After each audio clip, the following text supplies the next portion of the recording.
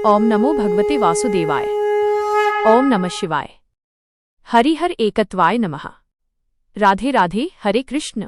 भक्तों, क्या आप जानते हैं, जैसे धनतेरस के दिन 13 दीप जलाने की परंपरा होती है, उसी तरह वैकुंठ चतुर्दशी के दिन 14 दीपों का विशेष महत्व बताया गया है। कहा गया है कि इस दिन 14 दीप दान करने से मनुष्य के सभी पाप नष्ट हो जाते हैं, उसके जीवन से अंधकार मिट जाता है और अंततः उसे वैकुंठ लोक की प्राप्ति होती है। शास्त्रों में ये दिन हरिहर मिलन के नाम से प्रसिद्ध है, क्योंकि इसी दिन भगवान विष्णु और भगवान शिव का दिव्य मिलन होता है। तो आज के इस वीडियो में हम जानेंगे वैकुंठ चतुर्दशी के दिन ये 14 दीप कहाँ जलाने हैं, कब जलाने हैं और कैसे जलाने हैं। पूरा वीडियो अंत तक जरूर देखें, क्योंकि यदि एक भी दीपदान का स्थान छूट गया तो उसका पूरा पुण्य फल अधूरा रह जाता है। सबसे पहले जानते हैं इस वर्ष की तिथि और शुभ मुहूर्त। साल 2025 में वैकुंठ चतुर्दशी मंगलवार 4 नवंबर को पड़ेगी। इस दिन 3 अत्यंत शुभ मुहूर्त बन रहे हैं। पहला मुहूर्त है ब्रह्म मुहूर्त, सुबह 5:17 से 6:35 तक। यह समय सबसे पवित्र माना गया है, क्योंकि इस समय किए गए कार्य का पुण्य कई गुना बढ़ जाता है। दूसरा मुहूर्त है गोधूली बेला, जब सूर्य अस्त होने को होता है। उस समय का प्रकाश देवताओं का प्रिय माना गया है। यह समय रहेगा शाम 5:34 से 6 बजे तक। और तीसरा मुहूर्त है निशीथ काल, मध्य रात्रि का वह क्षण जब सृष्टि का हर जीव शांत होता है और वातावरण पूर्णतः सात्विक बन जाता है। यह समय रहेगा रात 11:39 से 12:31 तक।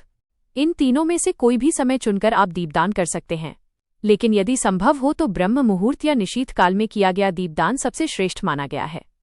अब जानते हैं दीपदान की संपूर्ण विधि। सबसे पहले 14 नए कोरे मिट्टी के दीपक लें। उन्हें कुछ देर पानी में भिगो दें ताकि वे धूल और अशुद्धि से मुक्त हो जाएं। फिर उनमें अपनी श्रद्धा और सामर्थ्य के अनुसार घी, सरसों का तेल या तिल का तेल भरें। दीपक में गोल या लंबी कोई भी बाती रखी जा सकती है। अब पूजा की तैयारी करें। थोड़े से सफेद तिल, पुष्प और तिलक अपने पास रखें। प्रत्येक दीपक में थोड़ा थोड़ा तिल डालें। एक एक पुष्प रखें और उन पर तिलक लगाएं। फिर अपने दाहिने हाथ में जल लेकर संकल्प करें। ओम श्री गणेशाय नमः। ओम श्री विष्णवे नमः।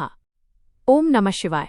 आज मैं अपना नाम, अपने कुल और गोत्र सहित अपने पापों के नाश, मोक्ष की प्राप्ति और प्रभु हरिहर की कृपा के लिए कार्तिक शुक्ला चतुर्दशी के इस पावन अवसर पर 14 दीपों का दान करने का संकल्प लेता हूँ। हे प्रभु श्रीहरि, हे भोलेनाथ, मेरे इस छोटे से प्रयास को स्वीकार करें और मुझ पर तथा मेरे परिवार पर अपनी असीम कृपा बनाए रखें। संकल्प के बाद जल को धीरे से भूमि पर या किसी तांबे के पात्र में छोड़ दें। अब दीपकों को प्रज्वलित करें और हाथ जोड़कर प्रणाम करें। अब जानते हैं कि ये 14 दीप कहाँ कहाँ जलाने हैं। पहला दीप तुलसी माता के समीप जलाएं और उन्हें प्रणाम करें। कहा गया है कि तुलसी माता स्वयं लक्ष्मी जी का स्वरूप हैं और उनके पास दीप जलाने से घर में सुख, शांति और समृद्धि का वास होता है। 4 दीप अपने घर के चारों कोनों में रखें ताकि अंधकार का कोई अंश भी न रहे। एक दीप अपने घर के मुख्य मंदिर में भगवान श्रीहरि विष्णु या अपने इष्टदेव के सामने रखें। एक दीप उत्तर दिशा की ओर माता लक्ष्मी के नाम से जलाएं, क्योंकि उत्तर दिशा को लक्ष्मी जी की दिशा कहा गया है। एक दीप घर के मुख्य द्वार पर रखें, जिससे घर में सकारात्मक ऊर्जा और शुभता प्रवेश करे। एक दीप उस स्थान पर जलाएं जहां आप जल या पानी भरकर रखते हैं, क्योंकि जल को जीवन का प्रतीक माना गया है। एक दीप दक्षिण दिशा की ओर पितरों के नाम से जलाएं और श्रद्धापूर्वक प्रणाम करें। अब बचे हुए दीप आप किसी पवित्र स्थान जैसे मंदिर, आंवले, बेल या पीपल के वृक्ष के नीचे रख सकते हैं। कहा गया है कि इन वृक्षों के नीचे दीपदान करने से कई जन्मों के पाप नष्ट होते हैं। यदि आपके आसपास गौशाला हो या गौमाता हो तो वहां एक दीप अवश्य जलाएं, क्योंकि गौमाता में 33 कोटि देवी देवताओं का वास होता है। उनके समीप दीप जलाने से सभी देवताओं की पूजा स्वतः ही पूर्ण मानी जाती है।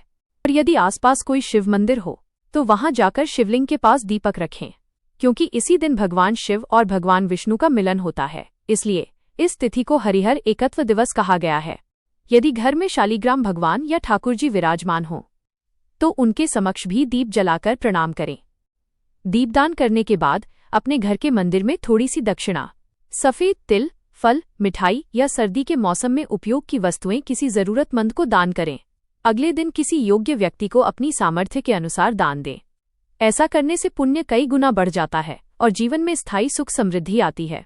भक्तों, अब जो बात मैं बताने जा रही हूँ, अगर इसे आपने न जाना तो वैकुंठ चतुर्दशी का पूरा फल अधूरा रह जाएगा। वैकुंठ चतुर्दशी के दिन तुलसी माता और बेल वृक्ष की पूजा अवश्य करें। क्योंकि इसी दिन भगवान विष्णु को बेलपत्र और भगवान शिव को तुलसी दल अर्पित किया जाता है। इसलिए जब आप दीपदान करें तो तुलसी माता और बेल वृक्ष दोनों के नीचे दीप जलाना न भूलें। अब आपको एक बार फिर से याद करवा दें इस दिन के मुख्य नियम। वैकुंठ चतुर्दशी 2025 मंगलवार 4 नवंबर को मनाई जाएगी। 3 शुभ मुहूर्त रहेंगे, सुबह, शाम और मध्यरात्रि। 14 दीपकों का पूजन और दान करें। तुलसी माता, बेल वृक्ष, गौ माता और मंदिर में दीपदान करें और हरिहर मिलन की स्थिति पर मोक्ष और कृपा की कामना करें। जो व्यक्ति इस दिन श्रद्धा और विश्वास से दीपदान करता है उसके जीवन से अंधकार मिट जाता है, पाप नष्ट हो जाते हैं और प्रभु श्रीहरि एवं भोलेनाथ की कृपा सदा उसके साथ रहती है। अगर आपको ये जानकारी उपयोगी और ज्ञानवर्धक लगी हो तो इसे लाइक करें, कमेंट में लिखें जय मां लक्ष्मी और इसे अधिक से अधिक लोगों तक शेयर करें ताकि हर घर में भक्ति का प्रकाश फैले। चैनल भक्ति की ज्योत को सब्सक्राइब करें और बेल आइकन दबाएं ताकि ऐसे ही दिव्य और प्रेरणादायक वीडियो सबसे पहले आप तक पहुंचें।